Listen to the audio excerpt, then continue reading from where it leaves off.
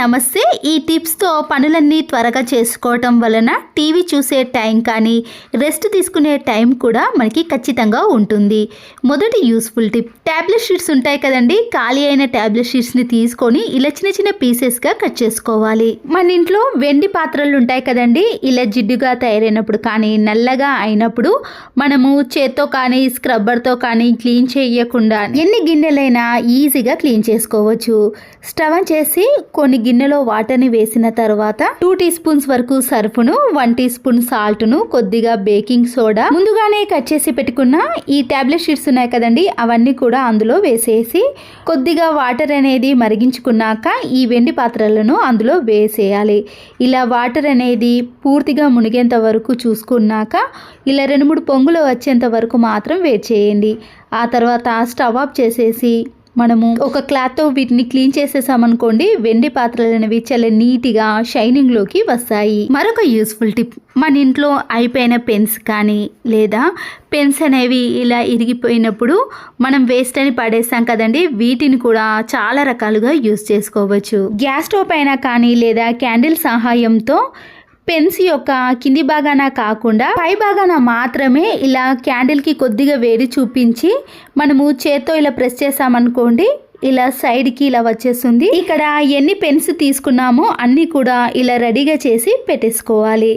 ఆ తర్వాత ఖాళీ వాటర్ బాటిల్స్ ఉంటాయి కదండి, కొద్దిగా స్టాండర్డ్గా ఉండేది అయితే మాజా బాటిల్, దాన్నైనా తీసుకోవచ్చు. నా దగ్గర అవైలబుల్గా లేదు కాబట్టి మామూలు కూల్ డ్రింక్ బాటిల్ తోటే చూపిస్తున్నానండి. నైఫ్ని కొద్దిగా వేడి చేసి ఇక్కడ వాటర్ బాటిల్ యొక్క కింది భాగాన చిన్న చిన్న హోల్స్ కానీ లేదా ఇలా నైఫ్తో కానీ ఘాట్లు పెట్టుకోవాలి. ఇలా మనకి ఎన్ని కావాలంటే అన్ని పెట్టుకోవాలండి. నేనైతే ఇక్కడ 4 కానీ 5 కానీ ఇలా బాటిల్ చుట్టూ పెట్టేస్తున్నాను.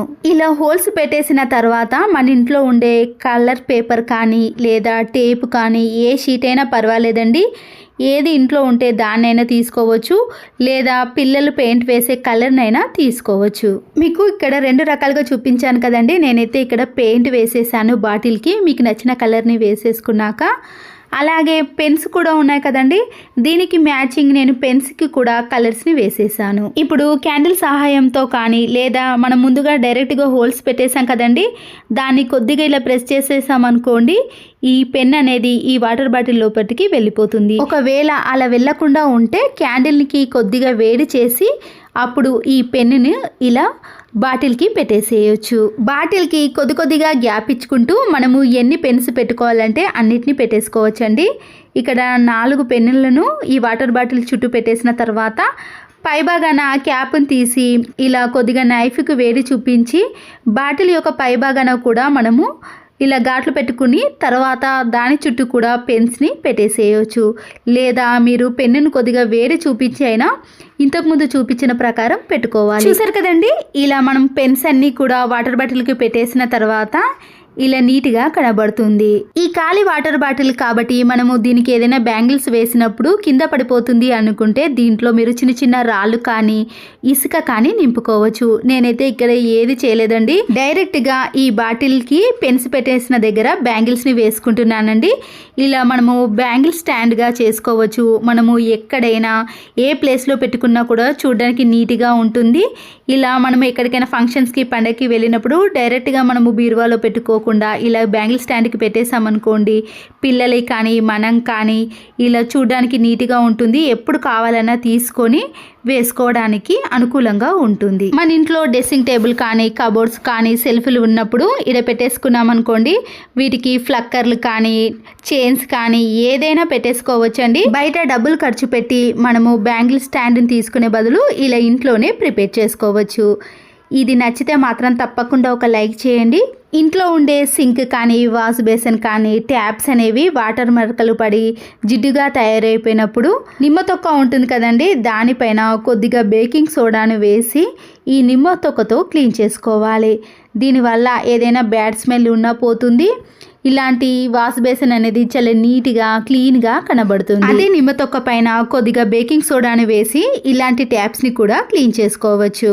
వేస్ట్ అని పడేసే వాటిని కూడా ఇంట్లోకి ఇలా క్లీనింగ్ ప్రాసెస్లో యూజ్ చేసుకోవచ్చు. పనికిరాని బిర్యానీ బాక్సులు కానీ పగిలిపోయిన ప్లాస్టిక్ బాక్సులు ఉంటాయి కదా, వాటిని తీసుకొని మేకును కొద్దిగా వేడి చేసి ఈ బిర్యానీ బాక్స్ యొక్క కింది భాగాన చిన్న చిన్న హోల్స్ కానీ ఇలా మేకుతో చేసుకోవాలి.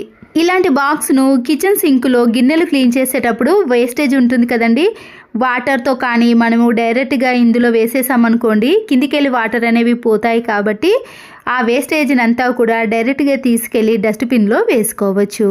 ఇంట్లో ఇలాంటి పెద్ద జల్లి గిన్నె కానీ చిన్న చిన్న హోల్స్ ఉన్న జల్లి గిన్నెలు ఏవైనా పర్వాలేదండి, దాన్ని తీసుకొని మనము స్టవ్ పైన పెట్టేసి కిందకు బోర్లించి మీడియం ఫ్లేమ్లో కానీ లో ఫ్లేమ్లో కానీ పెట్టేసేయాలి.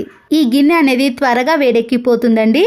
ఇలా వేడెక్కిన తర్వాత మన ఇంట్లో ఉండే పిల్లల షర్ట్స్ కానీ స్కూల్ యూనిఫామ్స్ కానీ లేదా మన బ్లౌజులు కానీ కరెంటు లేనప్పుడు ఎప్పుడైనా అర్జెంటుగా బయటకి వెళ్ళాలి అన్నప్పుడు ఈ టిప్ అనేది చాలా బాగా యూజ్ అవుతుంది.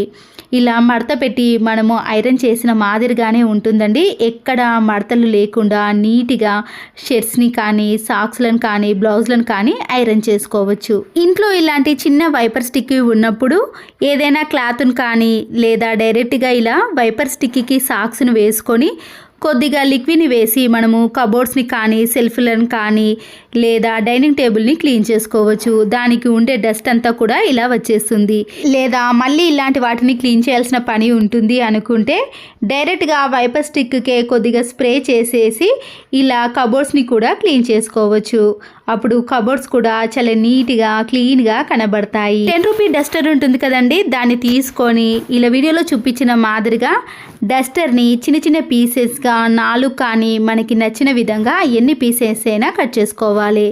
మన ఇంట్లో ఉండే డైనింగ్ టేబుల్ కానీ డ్రెస్సింగ్ టేబుల్ కానీ చైర్స్ కానీ సోఫా కానీ బెడ్స్ కానీ వాటి కింద ఇలా మనము డస్టర్ని పెట్టేసామనుకోండి మనము జరపడానికి చాలా వీలుగా ఉంటుందండి. ఎక్కువగా కష్టపడాల్సిన పని లేకుండా కింద ఫ్లోర్ కూడా లైన్స్ పడకుండా నీట్గా ఉండాలంటే ఈ టిప్ అనేది చాలా బాగా యూజ్ అవుతుంది. ఇదే డస్టర్ని మనము చిన్న రోల్లో ఏదైనా దంచేటప్పుడు కింద శబ్దం రావటం కానీ లేదా క్రాక్స్ అనేది రావటం లాంటివి జరిగినప్పుడు ఇలా డస్టర్ని పెట్టి దంచేసామనుకోండి మన పని కూడా చాలా సులువుగా అయిపోతుంది. పెరుగును మనము 2-3 రోజులు ఫ్రిడ్జ్లో కానీ బయట అలాగే పెట్టేసామనుకోండి పుల్లగా తయారవుతుంది కదా. పుల్లగా మారకుండా ఉండాలంటే ఎండు కొబ్బరి ముక్కను చిన్న పీస్ కట్ చేసి ఈ పెరుగు దాంట్లో వేసామనుకోండి పెరుగు అనేది పుల్లగా మారకుండా ఉంటుంది. డస్టర్ని చిన్న చిన్న పీసెస్గా కట్ చేసి ఇలాంటి ఖాళీ బాక్స్లో పెట్టేసుకోవాలి. నెయిల్ పాలిష్ని రిమూవ్ చేయాలంటే ఈ డస్టర్ పైన నెయిల్ రిమూవ్ని వేసి మనం నెయిల్స్ పెట్టి ఇందులో తిప్పేసామనుకోండి నెయిల్ పాలిష్ అనేది రిమూవ్ అవుతుంది. నెయిల్ రిమూవ్ని మనము చేతి పైన వేసుకున్నాం అనుకోండి ఎక్కువగా వేస్టేజ్ అయిపోతుంది కదా. ఇలాంటి టిప్స్ తోటే మన పనిని డబ్బులను సేవ్ చేసుకోవచ్చు. ఈ టిప్స్ కానీ మీకు నచ్చినట్లయితే తప్పకుండా ఒక లైక్ చేసి మీ ఫ్రెండ్స్కి కానీ రిలేటివ్స్కి షేర్ చేయండి. మరో యూస్ఫుల్ వీడియోతో మళ్ళీ కలుద్దాం. Thanks for watching.